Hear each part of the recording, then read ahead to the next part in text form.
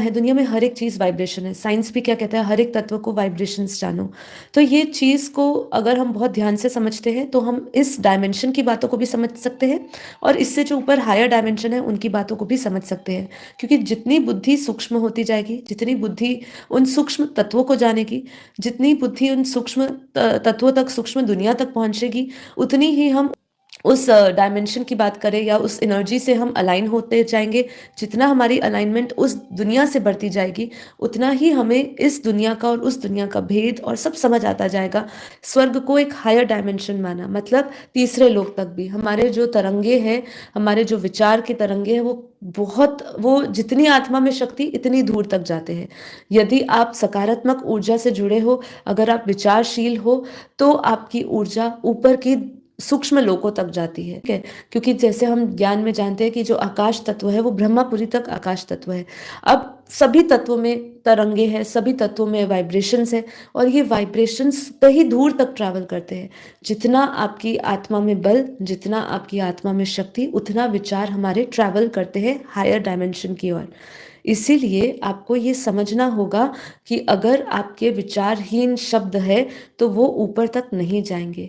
यदि आपके विचारशील सकारात्मक शब्द है या आपकी वाइब्रेशंस है, वही ऊपर की ओर ट्रैवल करेंगे।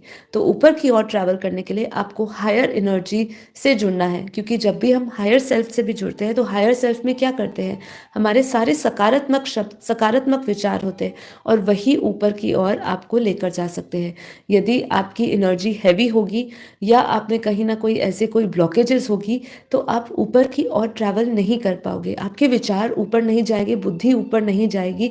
तो ये चीज़ हमें इसलिए समझना है, जब हम ध्यान योग करते हैं तो हम अपने आत्म स्वरूप में स्थित होकर अपने हायर सेल्फ से जुड़ के हम हाई वाइब्रेशनल वाइब्रेशंस में एंटर करते हैं। और जब हम हाई वाइब्रेशंस में एंटर करते हैं, तो ही हम ऊपर की एनर्जी से, जो हायर डायमेंशंस की एनर्जी है, उनसे हम कनेक्ट कर पाते हैं। ये साइंटिफिकली भी प्रूव्ड है। और जब आप अध्यात्म में, स्पिरिचुअल रास्ते पर चलते हो और योग साधना तपस्या करते हो, तो ये धीरे धीरे आप योग में इन सब बातों का अनुभव करते हो कि जब आप हायर एनर्जी से जुड़ रहे हो, हायर वाइब्रेशन से जुड़ रहे हो, उसकी तरंगे या उसका असर, उसके वाइब्रेशनल इफेक्ट हमारा कैसे स्थूल शरीर में, कैसे मस्तिष्क पर उसका असर होता है, कैसे हम अपने, हमारा जो ब्रेन से निकल रहे हुए सिग्नल्स होते हैं या जो हमारे न्यूरॉन्स हैं, न्यूरॉन्स पाथवे भी कैसे बदलते हैं। मतलब अगर हम हाई वाइब्रेशन से, जिसको अगर हम पराशक्ति भी कहें, अगर हम उस पराश से जुड़ जाते हैं, तो हमारे अंदर जो शक्ति पैदा होती है, स्थूल में, सूक्ष्म में, कारण रूप में, वो बहुत ही चमत्कारी शक्ति पैदा कर सकते हैं।